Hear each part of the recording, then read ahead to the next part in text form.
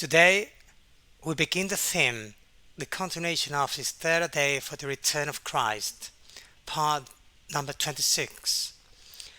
And we begin by thanking once again all the people who are following these themes, who are the people who have closed themselves off or narrow-minded, so they are sincere and honest, who try to find the truth with God's help, and sometimes that leads to rethinking schemes that you seem to have well founded, and then it turns out that you may discover that this is not the case. If God gives light, we must take it. If there is darkness from the enemy instead of light, we must dismiss it. But that each person must be in accordance with his conscience, in accordance with his knowledge of God. It must be enough, each one of them, each one of you, each one of us, to be able to inquire, to search for ourselves, not depending on preconceived ideas, nor on me. They have said that, but go and examine things carefully. And before we start all of today's topic, let's do it by asking the Lord's guidance with a prayer. Our Father, we thank you once again for how good you are to us, for your messages that you give specially for these last days, that you want your people to know that we know. And we want to ask you, Lord, to help us not to reject knowledge, the new light that is added to the already existing, that expands it, not that contradicts it. And that is why we want to ask you, Lord, that the Holy Spirit will enlighten us, guide us to all the truth, forgive all our sins, and break down all the walls that we can of the mind, of so many people who refuse to seek, to inquire, to find the word of truth. In Jesus' name we ask you. Amen. As usual, we are going to start with a biblical text which will serve us, in fact, directly for the introduction of today's topic. Today, what we're going to see is a documentary. They are no longer sermons by Pastor Umberto Fierro in PowerPoint, presented by my own brother, Joseph Sambisens. This will be the continuation of the next themes, where the year 2031 will be spoken of directly as the year of return of Christ, said by Pastor Umberto Fierro, not said by Victor Sambisens for the record. And that will be in due course, because today what we're going to have is a scientific documentary, but so that you can understand where the question is going, I'm going to refer you to text that is in Genesis chapter 1 and verse 31, next to chapter 2, up to verse 1 to 4 or 5. And God saw all that he had made, and behold, it was exceedingly good, and the evening and the morning were on the sixth day. And the heavens and the earth were finished, and all the host of them. And God finished on the seventh day the work which he had done. And on the seventh day he rested from all the work which he had done. And God blessed the seventh day and sanctified it, for in the rest of all the work which he had done in creation. And he goes on and tells us, these are the origins of the heavens and the earth when they were created, the day when Jehovah God made the earth and the heavens and every plant of the field, etc., etc. This text that we've already read, we've even commented on, helps us to realize with that equation that appears in the Bible of 1,000 years, 1,000 years, a day to refer, of course, to that historical period of 6 literal days of creation, was equivalent to 6,000 years of history of humanity in sin. But there was a seventh day, a day of Jubilee, a day of rest, a Sabbath, which would be equivalent to that millennium when Christ is going to return, which is going to be on the Sabbath, which is going to be in the year of Jubilee, and which is going to be in 2031, although many people sadly dislike that. I'm going to give you some images which I think are worth commenting on before moving on to the subject. Alarm in the Seventh-day Adventist Church. What I'm referring to, well, a few weeks ago, someone called me and told me that a church in Madrid had been preaching, I suppose, on the part of a pastor, I don't know, where they said, be careful, there is no day for the return of Christ, which can't be known, and that anyone who said this, you can imagine, can't you? They told me that he was going around all the time about the same text that we've commented on so many times, and that we're going to comment on the day and time no one knows, and we're going to make it very clear what Jesus was referring to when he spoke. Because we've said a lot of things, but we still haven't said, I think, the most important thing after knowing the date, and is how to clearly debate that text in such a tremendous and forceful way that any sincere person will have to say that this is not searching with fusion, but that is the reality of a text. But since that is going to have its moment, we'll explain it God willing later. I have to tell you that they told me that it was outrageous that the way they were presenting it, until in the end, well, whoever was listening to it left there. And as always, no arguments are presented other than circling on the same axis, an axis that can't stand. In addition, it can't be endured, it is not sustained, and we have demonstrated this throughout all these themes. But it's not the only place where this is happening as a red flag within the Adventist Church, that they are the ones who should be preaching the final message most loudly.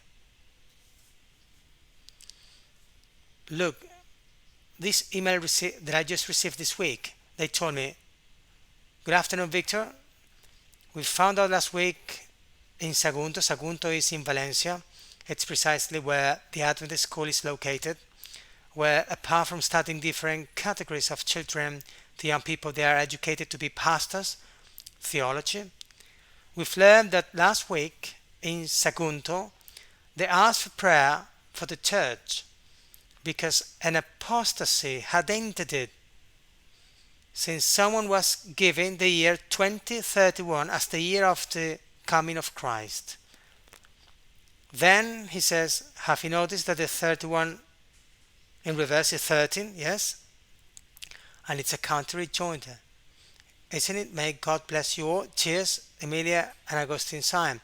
I thank them for having communicated this to me, which is not the first time it's happened. You've already seen that a pastor who was, saying bad things about the person who was presenting these issues, there is a server. And in other places it has happened like that. Well, I honestly am not aware, and have not been practically aware until now in a clear way when I've received this email and I've realized that it seems that this issue should be being addressed. It must be something that is being talked about within the Adventist churches, and that many believe that this is an apostasy that has entered into it. If it's an apostasy that's gone into it, they have to prove that this is an apostasy first, and they can't prove it. And second, whoever presents it must be an apostate as well. Well, if you consider that a person who presents this as an apostate, I was told when I was expelled from the church that of course I could still be feeling fully Adventist, that I would still be an Adventist, but that I wouldn't be on the books of the church. And that's the case. I still consider myself a full Adventist, even though my name has been removed from it. But my intention is not to add an apostasy to the church at all, or to overthrow it, or to go against it, or things like that, but simply to expose the lie that God has given. And that I don't know why people, instead of investigating, are dedicated to going against it and going around absurd arguments, which have been amply demonstrated, moreover, not to be correct, to be misapplied. Well, what really surprised me is that they ask in prayer for the church. I ask myself, is it for the church of Sagunto specifically, for the national church in Spain, or is it for the world church that is now receiving this? I don't know. But you know that the important thing is that this is being talked about, because people will have to decide for or against. You can stay on the sidelines for a while, but sooner or later you'll have to make your own decision, because that means that you either put yourself at 100% or you stay on the sidelines. There's no alternative. There's not half measures here. You can't stand with one foot here and the other there. But you know, I'm glad. I'm glad that really in the Adventist churches now there's concern, even if it's concern about what they call heresy. Well, I wish every church pastor, every church elder, and every church member would want to examine Conference 1, 2, 3, 4 successively in order and invest the time directly in studying God's Word thoroughly. We can spend our time invested in a multitude of things that seem important to us, but if we leave aside the most important thing, which is the light that God gives us now, we're ready to go to perdition. We're going off it. Order of priorities. What is our order of priority? If God gives a light, it must be investigated, and this light is no small thing. It's a vital light. As always, there will be people who will continue say theirs. Well, everyone is going to decide for themselves, and we're going to be presenting even more things, more resounding arguments that this is true and that heresy is, well, quite the opposite. Heresy is anyone who refuses to seek the truth and keeps continually saying that he's in the truth without wanting to inquire into it. Now, that's a heresy if that person is in error. But well, as of these things, we're going to see many. I ask myself, what would happen if I walked into an Adventist church when I was known? And this has already been known, because probably nothing good. I'll be a heretic. How sad to hear that I'm a heretic when you feel like you're a total part of that church of truth that they should still have. Now, let's watch a scientific documentary which takes us back to the text of Genesis, of creation. And it's a documentary that really isn't to be missed. It's done. I think it's in 1999, if I remember correctly, and there are scientists. And let's see how this video presents us the young age of planet Earth, 6,000 years. Notice that we're not talking now perhaps very specifically about the year 2031, but obviously when we go there by computation, even in science, it's food for thought, right? Some will say, well, it could be 100 or 2,000 more years here or more there. No, we've already seen that the Bible is not wrong, that Ellen White is not wrong. And when God gives references, He gives them with great clarity. Let's just watch this video, but think that afterwards, it's a video that lasts an hour. I'm going to show you something live that you'll see. What a nice surprise you'll see. Until now.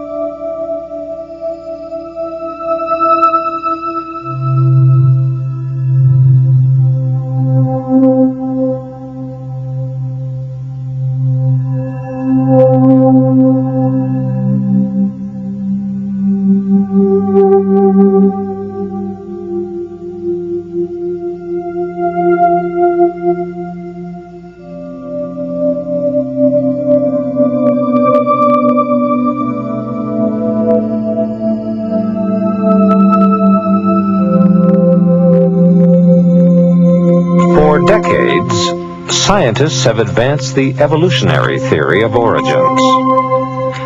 Of an Earth that formed by slow cooling of molten mass over 4.5 billion years to make the foundation rocks of the continents, the granites. But have scientists considered all the evidence in arriving at their theory of an anciently evolving Earth? What if there was evidence in the granites themselves that showed they formed rapidly instead of by slow cooling? What if there was evidence that these sedimentary formations composing the Grand Canyon were deposited quickly instead of slowly? What if there was evidence the canyon itself was carved over a short time by rapid erosional processes? What if there was evidence revealing that coal and oil can form rapidly and did so recently? What if there was evidence that dinosaurs existed not millions of years ago, but just a few thousand years ago?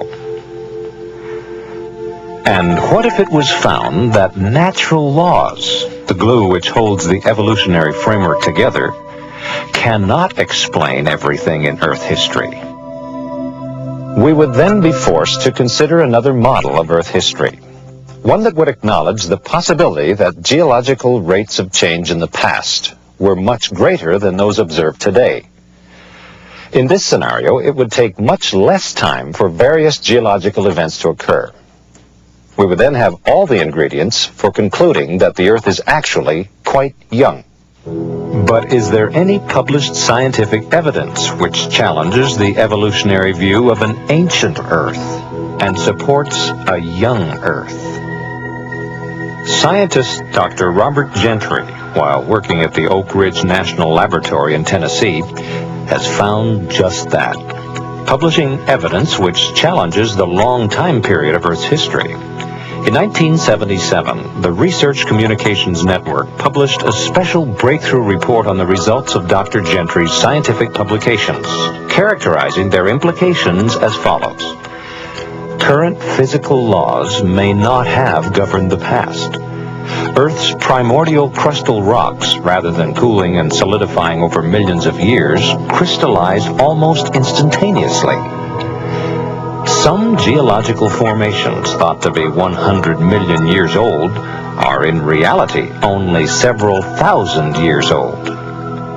Grant these propositions and any researcher will tell you the entire structure of the historical natural sciences would dissolve into formlessness.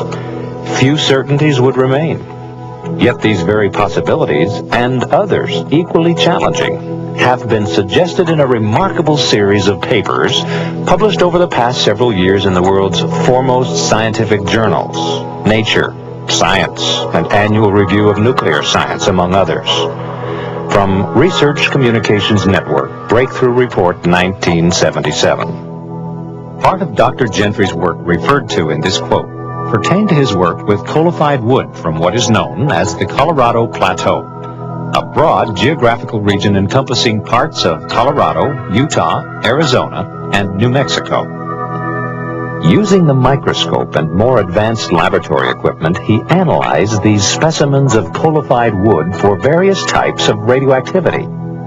His results help us to understand how long it takes coal to form, the age of the coal, and the age of the Earth itself.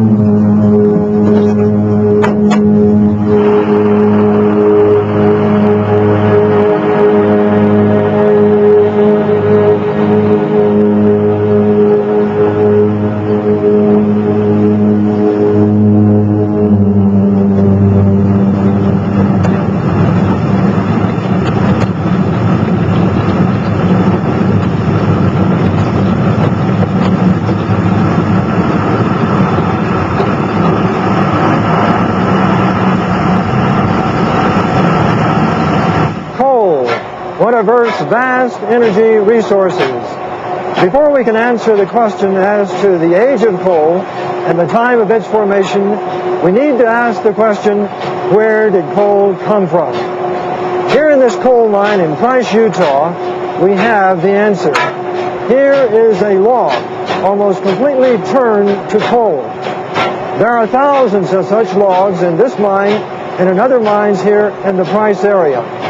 This fact tells us that given the right conditions of pressure and temperature and water and time, that wood and other vegetation will turn to coal. The question is, how long did it take for that to happen? Robert Gentry and his son David, an associate in his father's work, explore this topic together.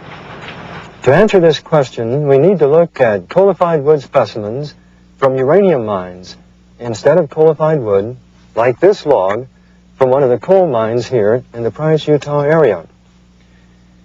This coalified wood specimen comes from La Salle, Utah, a uranium mine. Its presumed geologic age is around 140 million years. This specimen of coalified wood comes from a uranium mine in the Temple Mountain area here in Utah.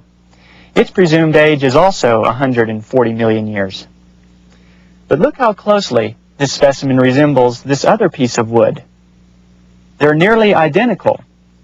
It's interesting to note that this other piece of wood was derived from a fresh piece of wood like this, just a few weeks ago. This close similarity raises an important question. Is it really true that this piece of coalified wood from La Salle, Utah, and this piece of coalified wood from Temple Mountain, Utah, are really 140 million years older than this piece of wood, which David and I recently obtained in some of our experiments? Not really. Locked in these and other coalified wood specimens from uranium mines is some remarkable evidence that tells quite a different story.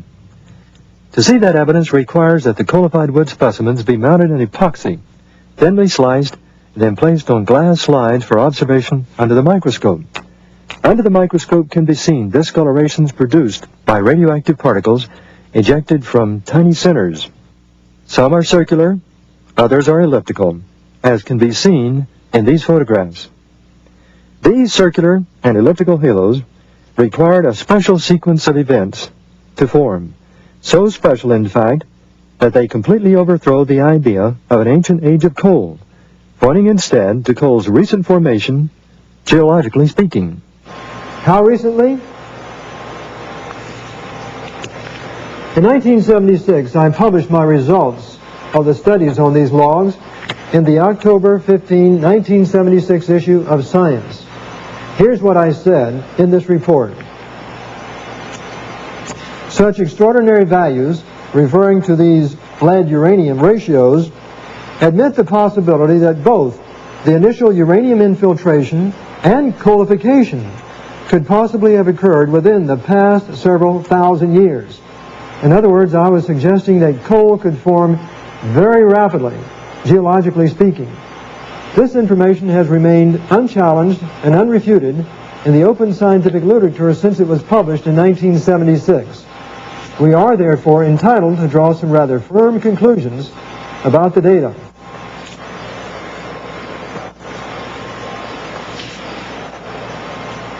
Geologists have assumed the Eocene was about 60 million years ago, the Cretaceous about 110 million years ago, the Jurassic 160 million years ago, and the Triassic 225 million years ago. But the results that we presented contradict that information. It's showing instead the simultaneous burial of all these formations about several thousand years ago. These results pertain to the origin and age of coal wherever it is found. Catherine Hill Bay, Australia. Not far from this coastal area near Flat Rocks Point is an object of extreme geological interest, an ancient tree. The fossilized remains of this tree can be seen extending through over 12 feet of sedimentary layers between two coal seams located here. Years ago, when a mining company excavated the layers exposing the tree, the bottom of the tree could be seen extending down to the lower coal seam. Since that time, the lower part of the tree has broken off. Even now, in its reduced length, the tree extends through layers geologists normally theorize to have taken hundreds of thousands of years to accumulate. But these layers could not have taken long ages to accumulate because the tree would have rotted long before the sediments would have had time to accumulate around it. Rather, this tree is mute testimony to its catastrophic burial by at least two sequences of volcanic ash deposits.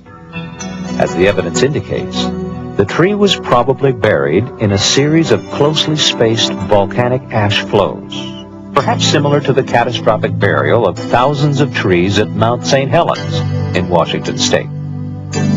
But if coal did form rapidly, we expect to find places where geologists have encountered extreme difficulties in explaining its origin by slow accumulation of vegetation.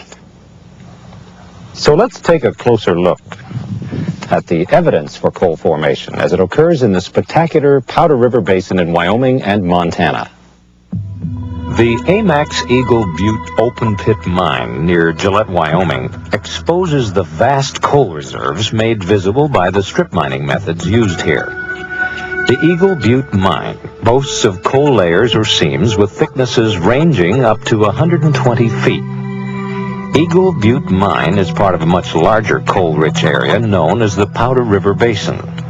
This gigantic 10,000 square mile reserve, situated between the Black Hills of South Dakota on the east and the Bighorn Mountains on the west, extends northward to the Yellowstone River in Montana and southward to Casper, Wyoming.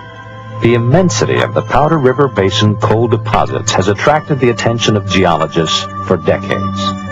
Such interest was documented in the May 1993 issue of Earth magazine.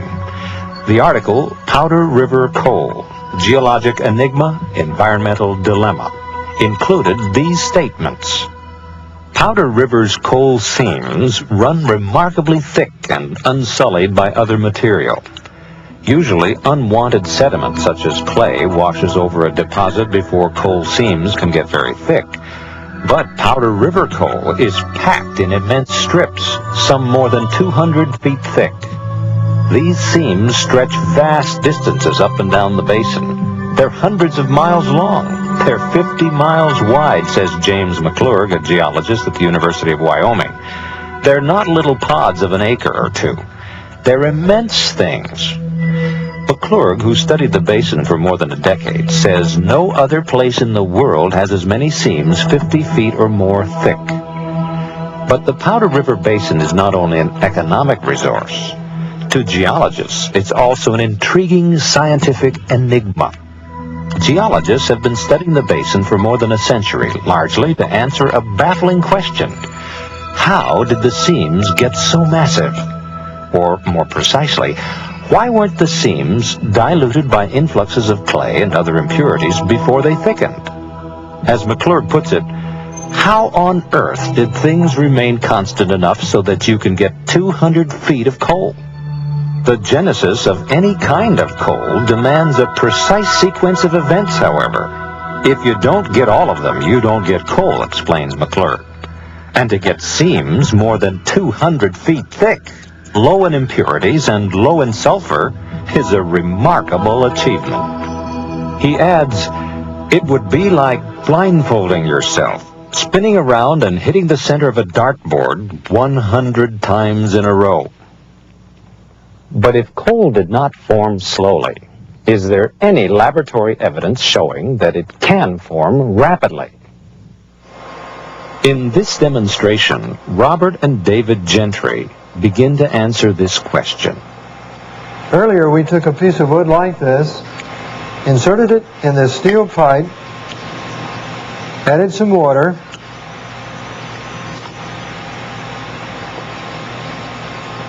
and then sealed it up. The next step is to put it in the oven at about 160 degrees centigrade for 2 weeks. Now we're ready to examine the results of this experiment.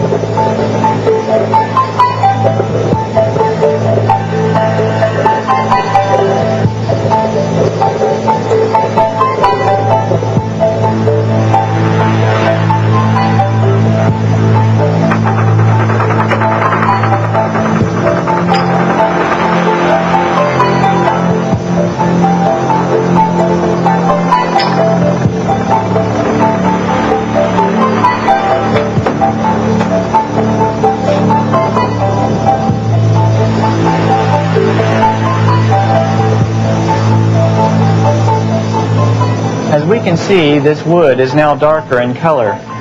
It's also softer. A chemical reaction between the steam and the wood under pressure has caused these changes to occur. This specimen isn't coal yet, but clearly the process of coalification has begun. The question is, would coal result if this experiment, or a variation of it, continued for a longer period of time? Scientists at Argonne National Laboratory have answered this question in a series of experiments performed in the 1980s. One of the earliest reports about their work appeared in the magazine Chemical and Engineering News in the November 21, 1983 issue. On page 42 of this issue, we read the following quote: "Chemists at Argonne National Laboratory have succeeded in making a type of artificial coal from naturally occurring materials. The process is much less severe than formerly thought to be necessary and provides some new insights into coal structure and how to alter it." Later, after their published reports appeared in the science journal Organic Geochemistry, the British science journal Nature reported on the success of their experiments. On page 316 of the journal Nature, March 28, 1985, we read the following: "Winans and his colleagues at Argonne National Laboratory have taken less than 1 year to prepare a thoroughly characterized synthetic coal. The material they produce is indistinguishable from the real thing by all the techniques so far applied to it, and its synthesis raises many interesting questions in coal chemistry." To understand their results, let's first note the basic structure of wood. Two major wood components are cellulose and lignin. The lignin basically acts as a binding agent for the cellulose fibers. Several variations of the argon experiment were run, but the successful formula combined lignin and clay with heat, about 150 degrees Celsius, in the absence of oxygen. Over a period of about 8 months, artificial coal was produced. The rapidity with which coal can form when steam interacts with wood under pressure leads us to ask, can steam or hot water also produce the rapid transformation of organic matter to oil? An article, Water, Water, Everywhere, published in the February 20, 1993 issue of Science News answers this question. Researchers at Exxon discovered water acted an essential part in the formation of oil.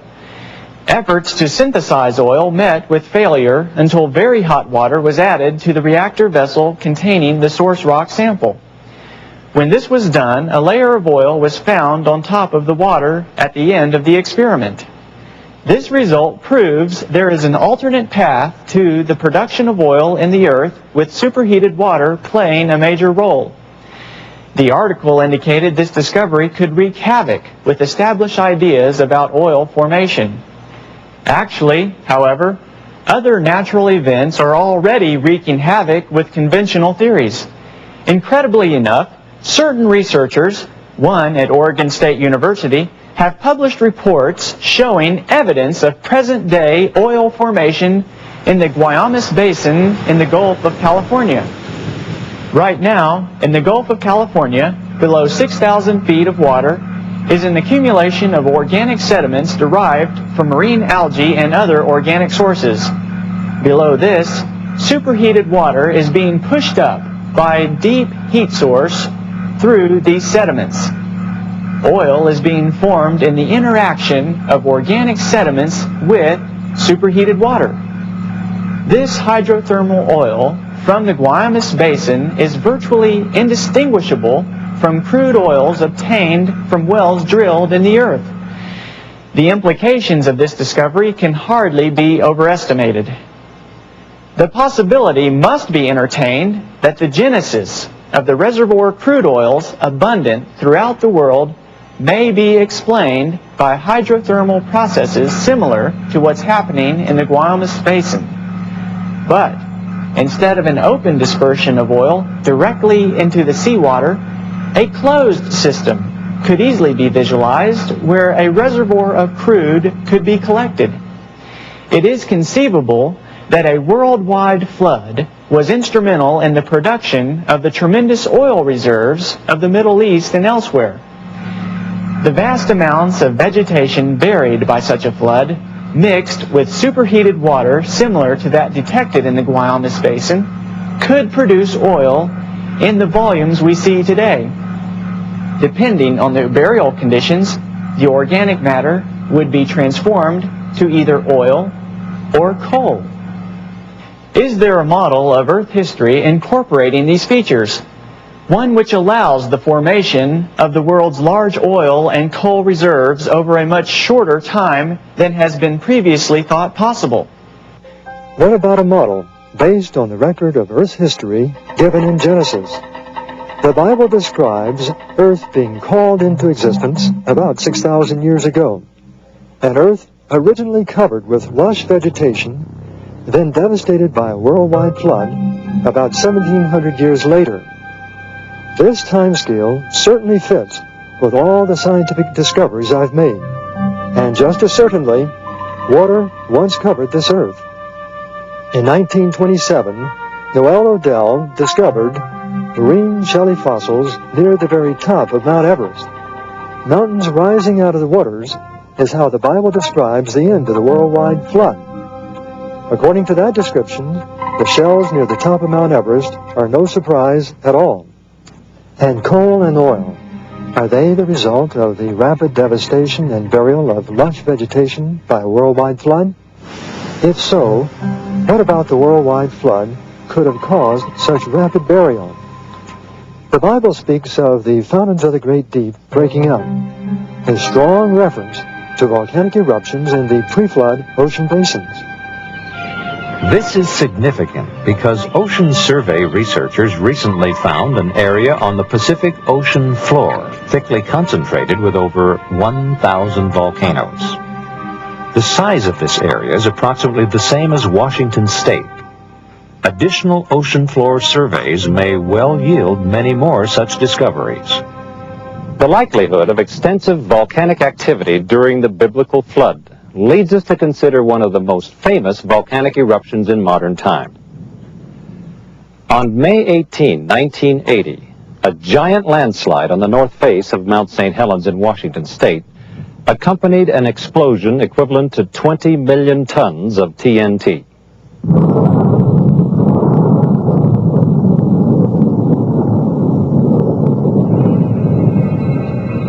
This lateral blast of superheated steam, volcanic ash, and dirt leveled over 150 square miles of forest, snapping huge Douglas firs like toothpicks.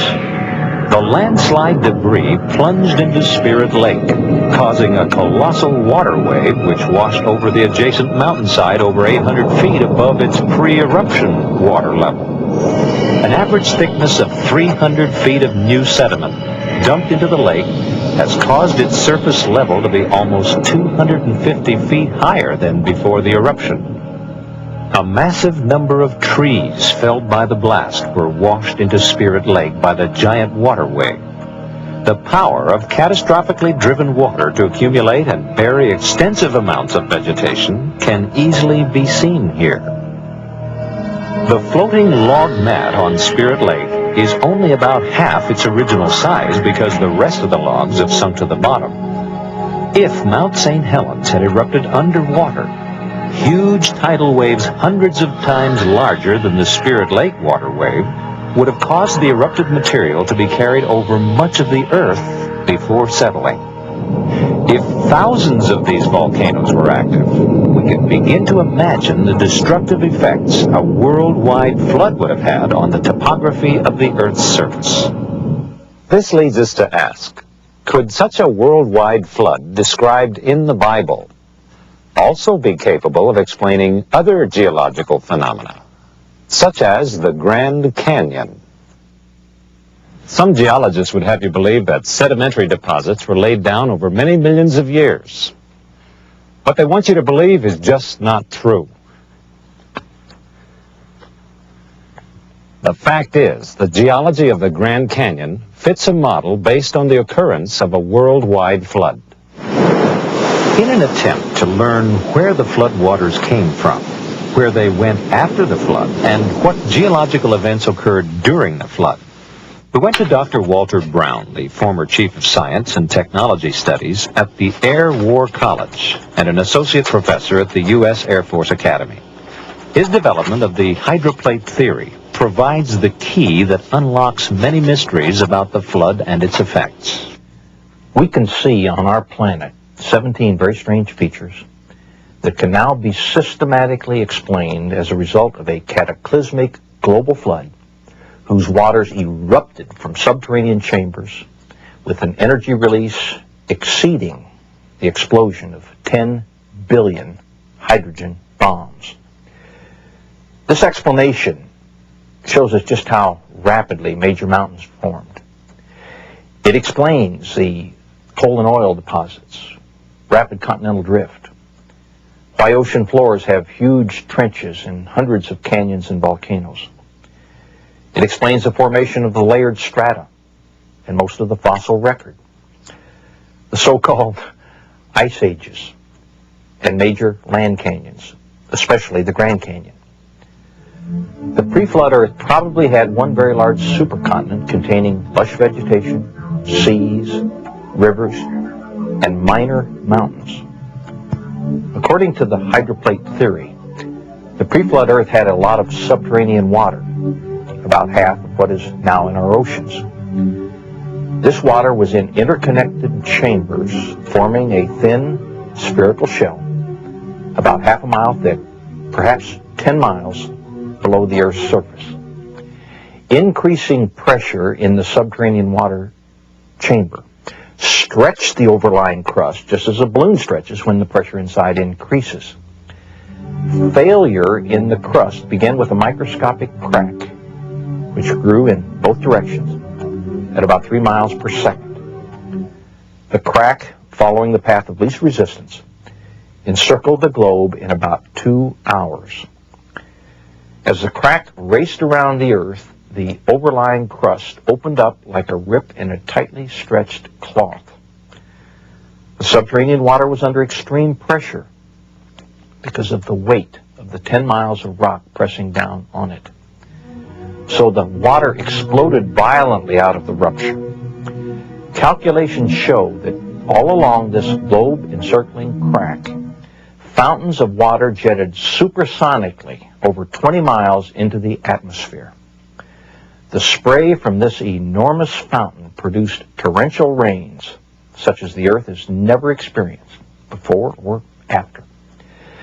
The Bible states that all the fountains of the great deep burst open on one day. And it describes these events about 4,500 years ago, which we can now tie together scientifically in cause and effect order as the hydroplate theory. The fountains of the great deep and the expanding steam produced violent winds, some of the water jetting high above the cold stratosphere, froze into supercooled ice crystals and produced some massive ice domes, burying, suffocating, and instantly freezing many animals. The high-pressure fountains eroded the rock on both sides of the crack and even threw up the limy contents of many pre-flood seas. huge volumes of sediments settled out of this muddy water all over the earth. These sediments trapped and buried plants and animals, forming the fossil record. The flooding uprooted vegetation, moving it to regions where it accumulated and quickly became coal and oil by processes we can duplicate in the laboratory today. Experiments show that as erosion widened the rupture, its width became so great that the compressed rock beneath the subterranean chamber sprung upward, giving birth to the mid-oceanic ridge that wraps around the earth like the seam of a baseball. The continental plates, the hydroplates, still with lubricating water beneath them, slid downhill away from the rising mid-Atlantic ridge. After the massive, slowly accelerating continental plates reached speeds of about 45 miles an hour, they ran into resistances, compressed, crushed, thickened, and buckled. The portions of the hydroplates that buckled up formed mountains. Those that buckled down formed ocean trenches. This is why these features are generally parallel to the oceanic ridges from which they slid. The hydroplates, in sliding away from the oceanic ridges, opened up very deep ocean basins into which the floodwaters retreated. Every continental basin was naturally left brimful of water, producing many post-flood lakes. Each lake that grew from rainfall or drainage from higher elevations spilled over its rim at the lowest point of the rim. That eroded a little notch in the rim, allowing even more water to flow through the notch faster, cutting the soft flood-deposited sediments even deeper. This process accelerated until all the lake's water dumped through a very deep slit, forming a canyon. The largest of these was the Grand Canyon. North and east of the Grand Canyon was a huge lake that I have identified and named Grand Lake. Its dumping released more water than is in all 5 of the Great Lakes combined. Grand Lake spilled over its rim, eroded its dam, 20 miles south of Page, Arizona, catastrophically forming the Grand Canyon within a few weeks. Rapid deposition of flood deposits from tidal action means there was little time for erosion to occur between successive layers. On the long time scale envisioned by evolutionary theory, there should be considerable evidence found of erosion and infilling by successive geologic formations during the weathering expected over millions of years.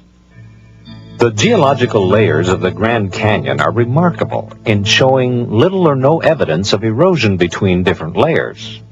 Instead, we see pancake layering, very much consistent with the rapid deposition envisioned by the flood model. Erosion did not occur until all of the layers had been deposited. But how rapidly could the canyon itself have eroded? Freshly laid down sediments would still not have completely hardened into rock, which allows the possibility that erosion of the canyon could have taken place far more easily than if it had hardened into rock, as evolutionary theory has assumed. However, under the right conditions, water can rapidly cut its way through the hardest of rocks, such as the granites at the bottom of the Grand Canyon. Those conditions involve cavitation. Cavitation is the rock pulverizing process associated with water flows greater than 100 feet per second. As water detaches from irregularities in the bedrock channel, vacuum bubbles are produced, inflicting hammer-like blows on the bedrock surface, literally converting the rocks into powder. A modern example of rapid erosion of bedrock from cavitation comes from Glen Canyon Dam on the Colorado River just above the Grand Canyon. Excessive snowfall from the high country of the upper Colorado River Basin in late spring of 1983 caused excessive runoff that poured into Lake Powell at rates of up to 148,000 cubic feet per second. This rapid inflow threatened to overflow Glen Canyon Dam. To control the high flow rates, the power plant was run at full capacity, releasing 28,000 cubic feet per second through the turbines. Then the outlet tubes were opened to drain another 17,000 cubic feet per second. This was still not enough. The emergency situation required engineers to risk damage to the spillway tunnel. And on June 15, the 40-foot diameter left spillway tunnel was opened to drain an additional 13,000 cubic feet per second, which was then raised to 17,000 cubic feet per second. Then on June 28, the flow was increased to 32,000 cubic feet per second. At this point, the water exiting the tunnel became red, and noticeable ground vibrations, earthquakes, were felt by engineers. Large blocks of concrete and bedrock came hurling from the 40-foot diameter tunnel. After closing the spillway tunnel, the survey team discovered extensive cavitation damage. The 3-foot-thick steel-reinforced concrete lining of the tunnel was penetrated by huge pits. At an elbow where the tunnel levels out, a hole 32 feet deep, 150 feet long, and 40 feet wide was cut through the lining into red sandstone bedrock. This hole required 63,000 cubic feet of concrete to fill. The repair process to the enormous hole shows the vast extent of the damage. The speed of erosion in the Glen Canyon Dam spillway tunnel occurred very rapidly during the period when the red color of water appeared and ground vibrations were generated. It is possible that cavitation was pulverizing concrete, steel, and sandstone at the rate of 1,000 cubic feet per second during the peak period of erosion. The destructive effects of cavitation at Glen Canyon Dam tell us the Grand Canyon could have been eroded very quickly by the sudden release of a huge volume of water above the canyon. But where did the water come from, and what caused its sudden release? Dr. Brown's studies on the Grand Canyon provide one of the best answers. Most people are told that the mighty Colorado River carved the Grand Canyon over millions of years. But if people could study the canyon from an aircraft, they could see its vastness and how tiny that river is in relation to the canyon itself. There is no river on earth that could carve this big hole in the ground, even over billions of years. If the Colorado River carved the Grand Canyon, the first question we should ask is, where did all the eroded sediments go? There should be a very large river delta at the end of the Colorado River. It's not there. Furthermore, geologists can't find a huge river delta anywhere near this part of the world. So we need to ask ourselves, where did the dirt go? At several places on this platform that overlook the Grand Canyon, there are small mountains or buttes whose horizontal layers tell a fascinating story. The layers line up with each other, so obviously they were at one time connected. Something must have come along and removed a several thousand foot thick layer of softer material that was once where we now are. So we need to explain not only where the dirt from inside the vast 200-mile long canyon went, but also where did the thousands of feet of dirt go that was once above where we are now and spread out for tens of thousands of square miles. This particular formation, called Red Butte, not only still has some of these horizontal layers, but there's another clue sitting on top. The topmost layer is a lava flow. Lava only flows downhill. Therefore, at one time, the land surrounding the top of this butte must have been even higher. So again, where did all that dirt go? Grand Lake spilled over and eroded its dam catastrophically, forming the Grand Canyon to the southwest within a few weeks. One other large post-flood lake that geologists recognize was once near here was Hopi Lake. As Grand Lake catastrophically dumped, I believe it eroded the western boundary of Hopi Lake, causing it to also spill out. Where did all the dirt go? It was spread out over southern Arizona and parts of California and Nevada rapidly. The evidence supporting the biblical worldwide flood about 4,300 years ago is mounting. For the Grand Canyon, the flood explains how the sedimentary layers were rapidly deposited as the waters rose, and how they were quickly eroded as the waters subsided. We have also seen where the dirt went.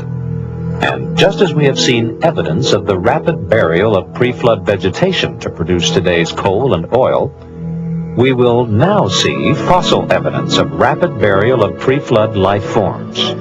Indeed, some of the most remarkable evidence of rapid deposition of flood sediments comes from well-preserved fossils found in certain parts of the earth. Perhaps the best fossil evidence for the rapid burial of plant and marine life is found in southwestern Wyoming at Fossil Butte National Monument. During the past 100 years, scientists and private collectors have collected thousands of almost perfectly preserved fossils from sites within the monument, especially here at Fossil Butte itself.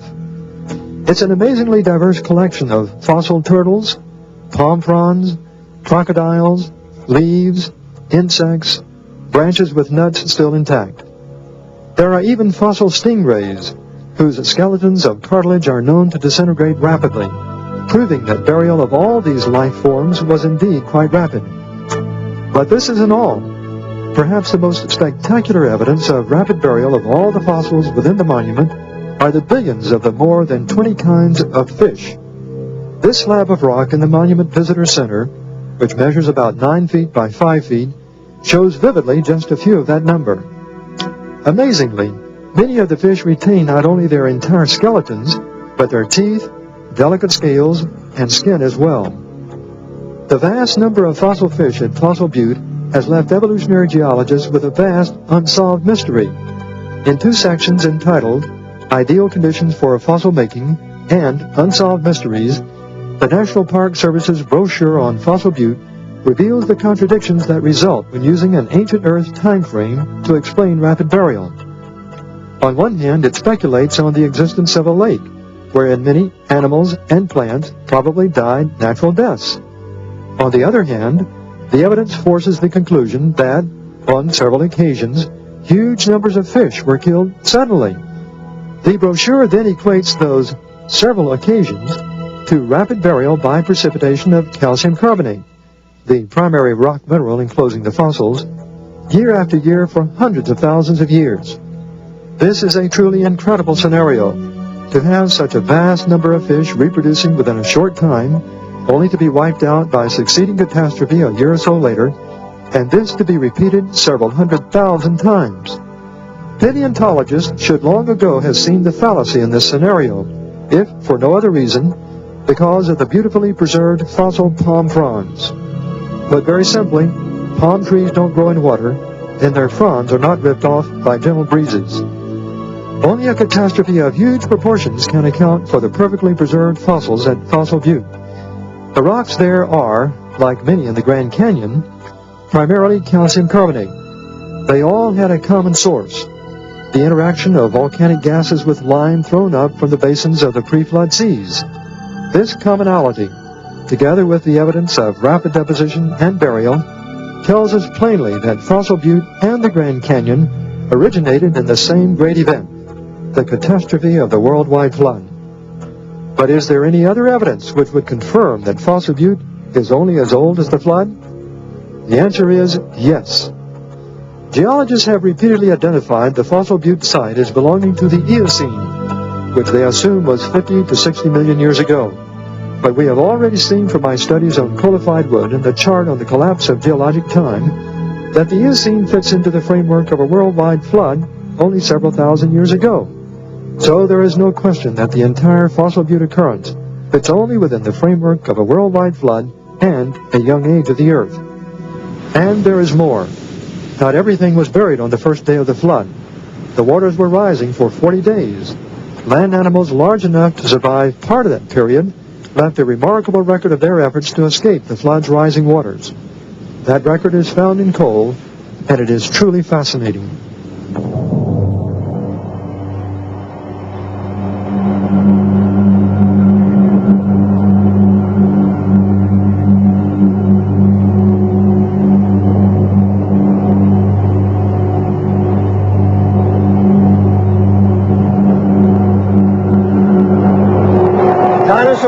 tracks in coal. Amazing, extraordinary. How in the world did they ever get there? Obviously, in the past, there was a huge seam of vegetation in this area. Dinosaurs were walking around on top of that vegetation before it turned to coal. But how long ago was that? How old are the dinosaurs? That's what we want to know. This other dinosaur track tells the story. It's right adjacent to one of these coalified logs here in this coal mine in Price, Utah. In fact, it's only about 100 feet away from the coalified log that we saw earlier. So we know that whatever the age of the coalified wood, the dinosaurs were of the same age.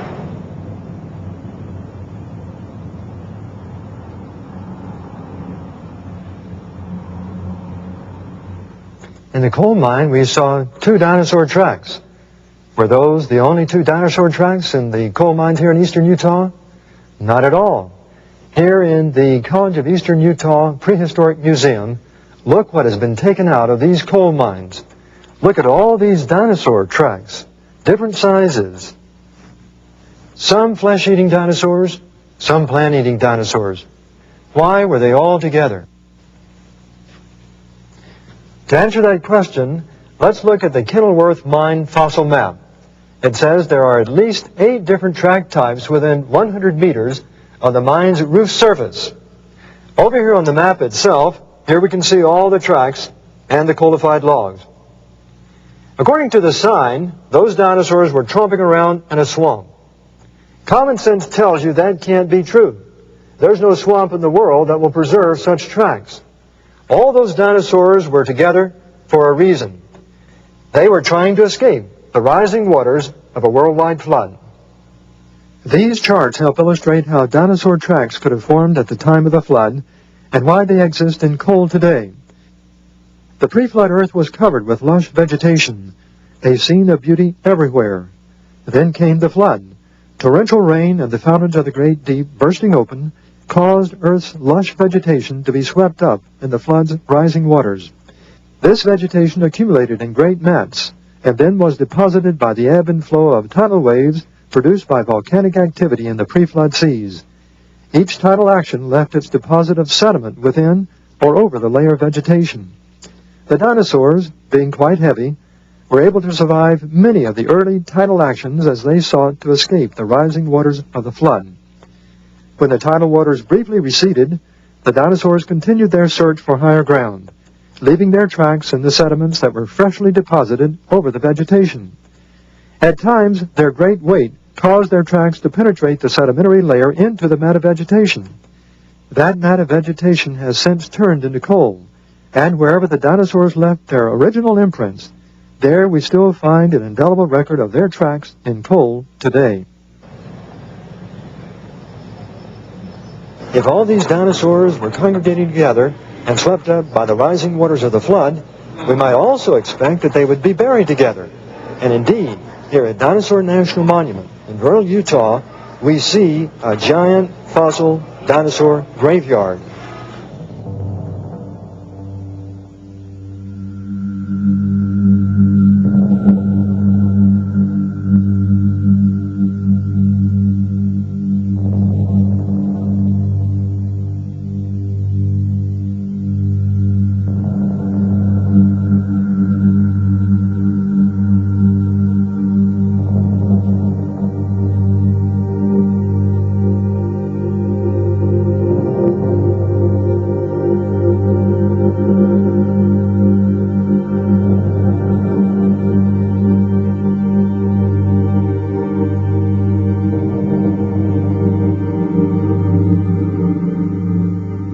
The time has come to draw some conclusions about the age of the dinosaurs and the age of the fossil fish found at Fossil Butte National Monument. Here at Dinosaur National Monument, there's a sign that says these dinosaur bones are 145 million years old, the so-called Jurassic era. But we know that can't really be true at all. Remembering our early results on the coalified wood, there we found the collapse of geologic time. The Eocene, the Cretaceous, the Jurassic, and the Triassic we found were all together only several thousand years ago. the fossil fish in the Eocene, the dinosaurs in the Cretaceous, the Jurassic, and the Triassic, all again collapsed to just several thousand years ago, buried at the time of the worldwide flood. At this point, many may wonder how this startling summation can be reconciled with the evolutionary view of Earth history. They may ask, do we not know from radiometric dating that Earth's basement rocks, the granites, formed repeatedly at different times and places over billions of years of evolutionary time? And do we not know that using these same methods that the fossils and sedimentary rocks are hundreds of millions of years old? The answer is a clear-cut no to both questions. Neither granites nor fossils have ages stamped on them when they are collected. The ancient radiometric ages that scientists have accepted for so long have never been scientific facts. Factual scientific information is derived from laboratory experiments. Radiometric age dating is really just an arithmetic calculation. It is composed of a laboratory measurement, the amount of lead divided by the amount of uranium. Both of these are ascertained in the laboratory.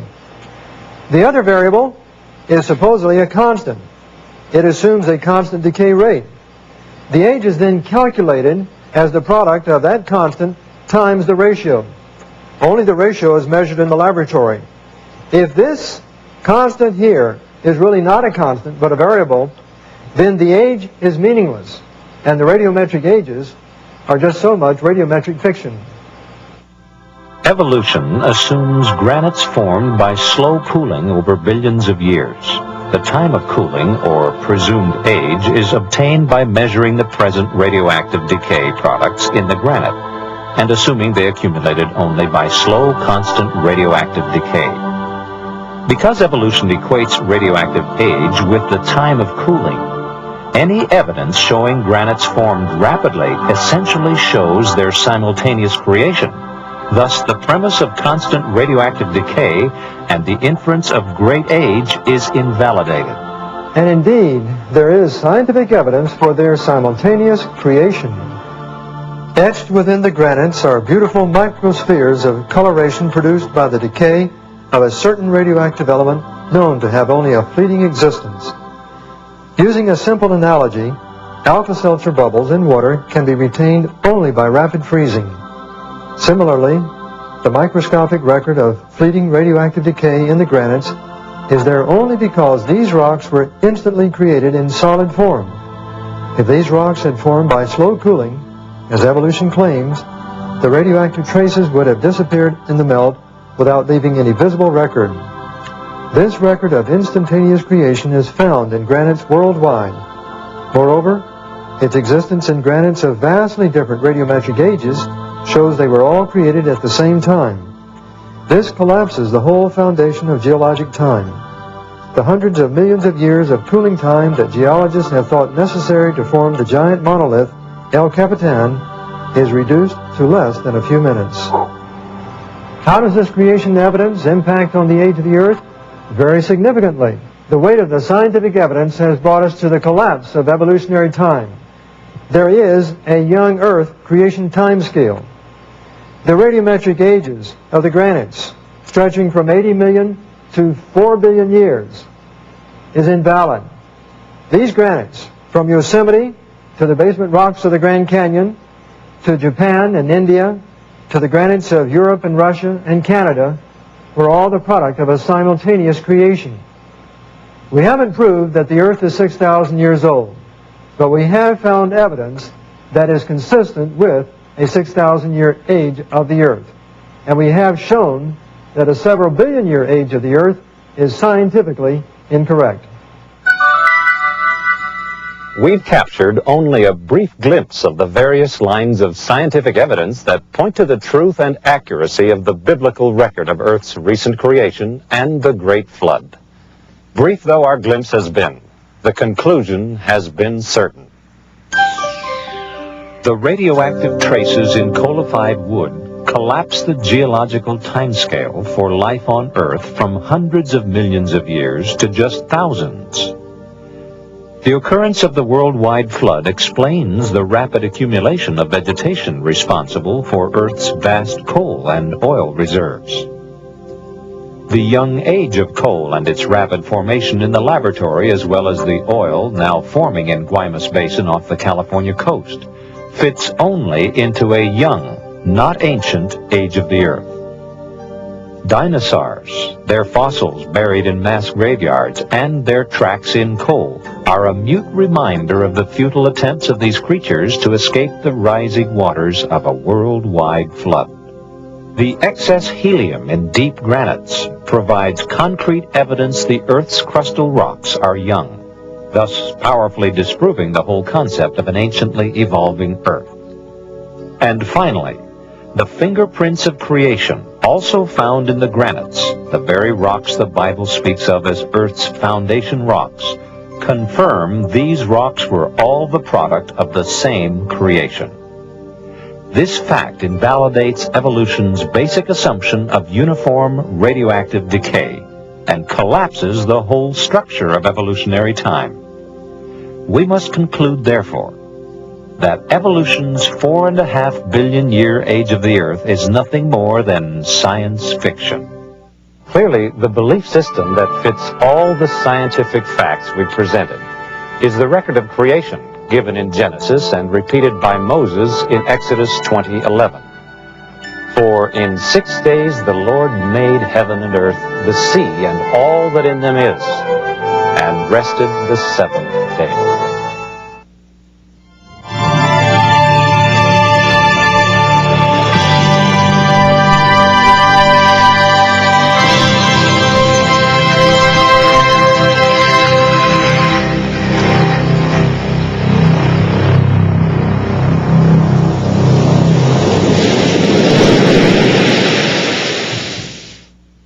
To order this fascinating video, call now 1-800-467-6380. That's 1-800-467-6380. Or visit the website at www.halos.com to order by check or credit card. Again, that's www.halos.com.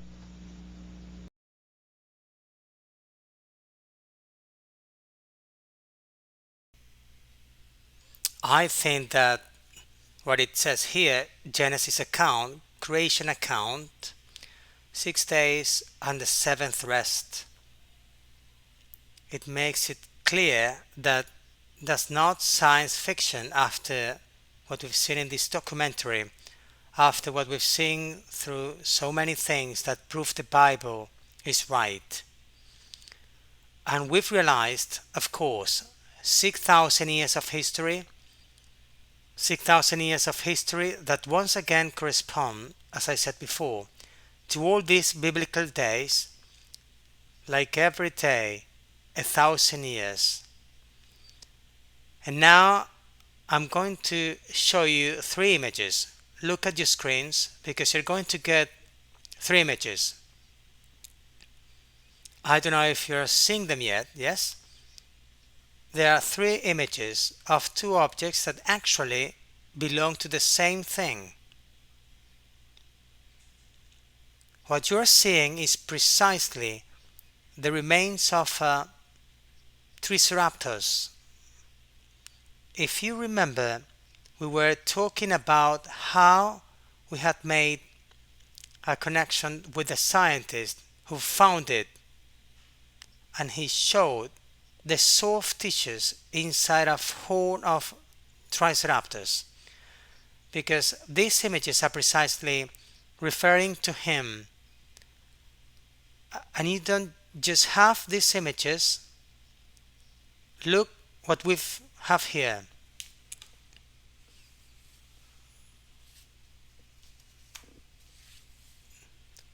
I'll get closer to you so you can see it well.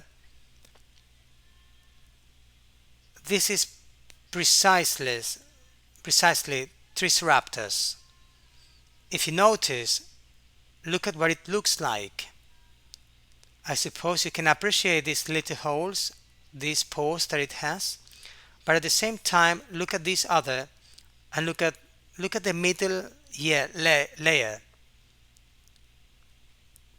The truth is that when you touch it, it leaves a smell even now quite strong.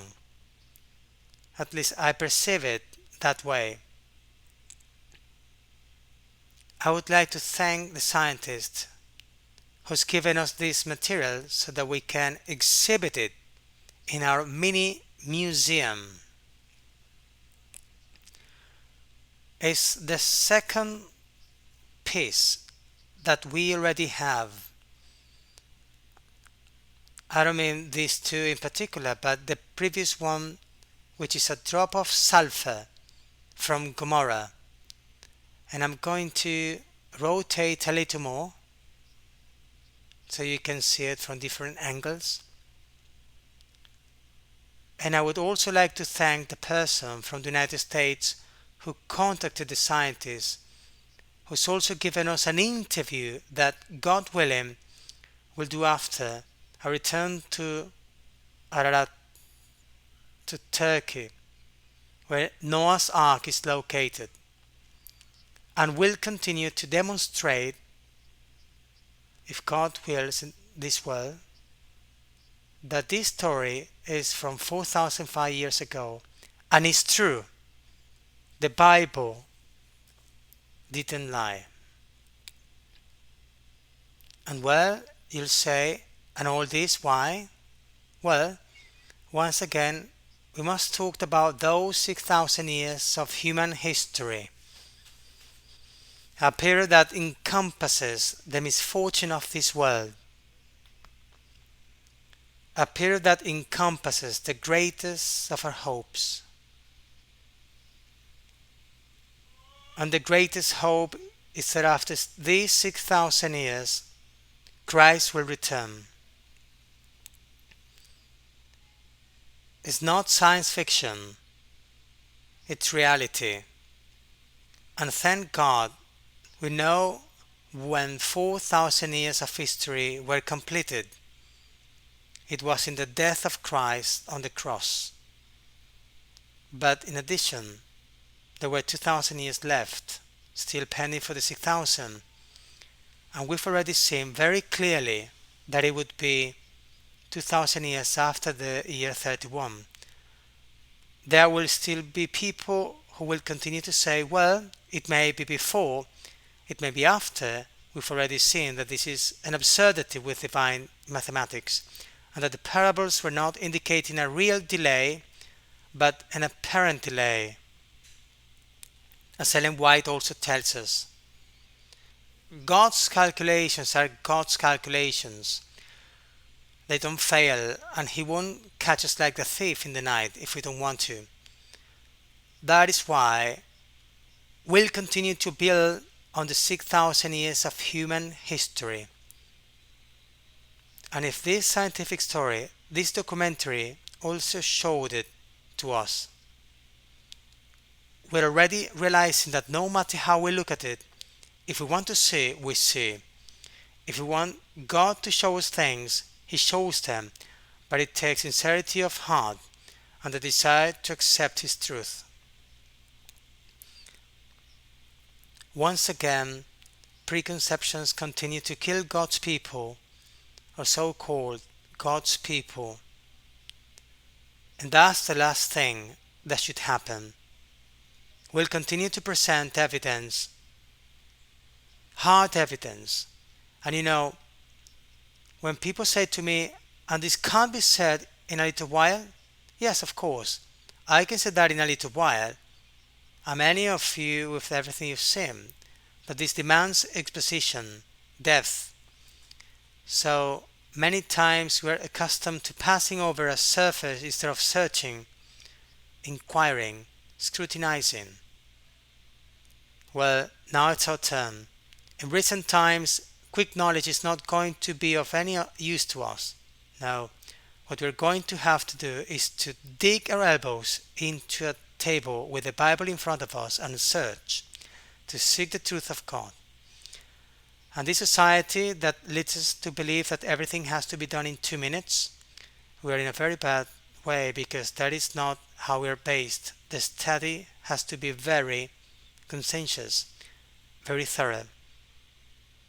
Well, once again, I thank you because you follow the subject so far, but there will be more, God willing, and even more so when we get back from Ararat. Let's end with a prayer.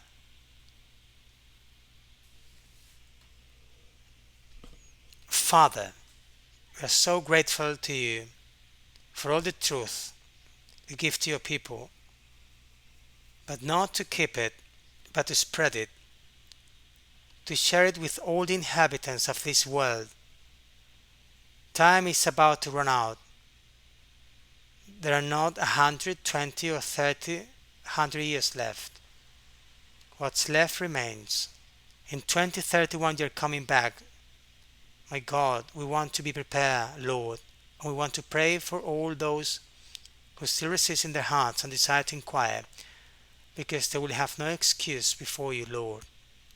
Touch their understanding, touch their hearts, whatever it takes to get them to react. We know you'll do your best because you love all people, and that's why we want to ask you, help us not to be silent, to present your word with all possible strength. It is our task that you have set upon us. Give us the strength to do it to the end. Thank you for your blessings. Thank you for your goodness, for your mercy, and because being as short as we are, you still have the benevolence to want to guide us. Lord, please awaken many people. In Jesus' name we ask you for the forgiveness of all our sins. Amen.